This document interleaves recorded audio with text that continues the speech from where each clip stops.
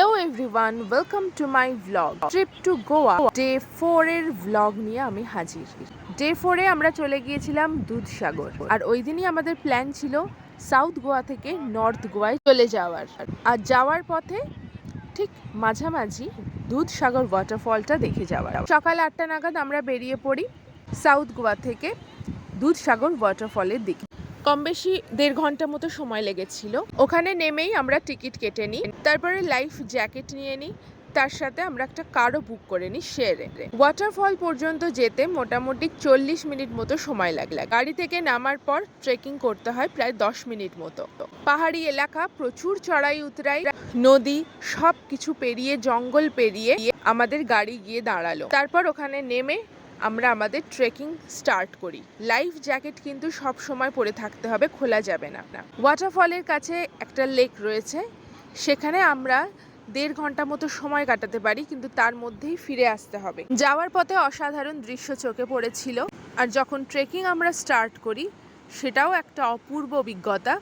Trekking করতে করতে কিছু কিছু ছবি তোলার চেষ্টা করেছি বা ভিডিও নেওয়ার চেষ্টা করেছি, কিন্তু পুরোটা তুলে ধরা সম্ভব হয়নি, কারণ এতটাই খাড়াই পথ, সেখানে ছবি তুলতে গেলে বিপদের ভয় থেকে যায়। সেই জন্য যতটা সম্ভব পেরেছি ছবি বা ভিডিও নেওয়ার। এখানে প্রচুর মাংকি রয়েছে, তো ওরা আগে থেকেই বলে দিয়েছিল একটু সাবধানতা অবলম্বন করতে, বিশেষ করে ব্যাগ বা হাতে থাকা কোনো খাবার বা ফোন এগুলো সামলে রাখতে বলেছিল। ওদের ইনস্ট্রাকশন মতন আমরা সব কিছু সামলে লাইফ জ্যাকেট পরে ট্রেকিং স্টার্ট করেছিলাম। যাওয়ার পথে এই সাঁকো দুটো চোখে পড়েছিল, খুব সুন্দর। এটাকে পার করেই আমাদের ওয়াটারফলের কাছে পৌঁছতে হয়েছিল। এছাড়া নদী তো রয়েছে, ঝর্ণাও রয়েছে। এগুলো পার করে যখন আমরা ওয়াটারফলের কাছে গিয়েছিলাম তখন দুপুরবেলা। তারপর 1.5 ঘন্টা সময় ওখানে কাটিয়ে আমরা ওখান থেকে ফিরে আসি, কারণ আমাদের এখান থেকে নর্থ গোয়ার দিকে যাওয়ার ছিল।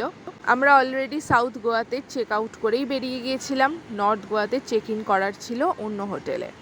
দুধসাগর থেকে ফিরে এসে আমরা লাঞ্চ কমপ্লিট করি, তারপর আবার আমরা আমাদের গাড়িতে উঠে যাই নর্থ গোয়ার উদ্দেশ্যে।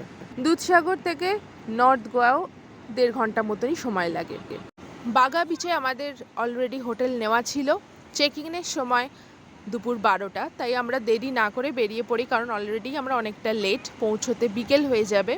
পৌঁছতে আমাদের 4:30 বেজে গিয়েছিল। আমরা সেখানে গিয়ে চেক ইন করি, তারপর ফ্রেশ হয়ে আমরা বাগা বিচে চলে যাই। স্যাটারডে নাইট ছিল, বাগা বিচ পুরো ঝলমল করছিল। নর্থ গোয়া বিচ সাইড মানে ইটস অল অ্যাবাউট পার্টি।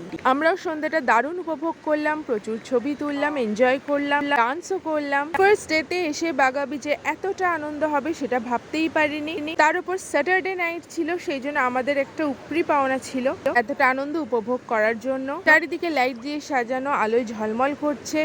এই সব কিছু দেখে লাভও ভীষণ এক্সাইটেড, ও ডান্স করলো। তারপর আমরা ভাবলাম যে আমরা ডিনারটা সেরে নিই, তারপর আবার ঘোরা যাবে। সেই মতো কাছেই একটা রেস্টুরেন্টে আমরা আমাদের ডিনারটা কমপ্লিট করলাম, তারপর আবার বিচ সাইডে গিয়ে আমরা এনজয় করলাম। ফিরে আসবো নতুন একটা ভ্লগ নিয়ে। সবাই ভালো থেকো, সঙ্গে থেকো, টাটা।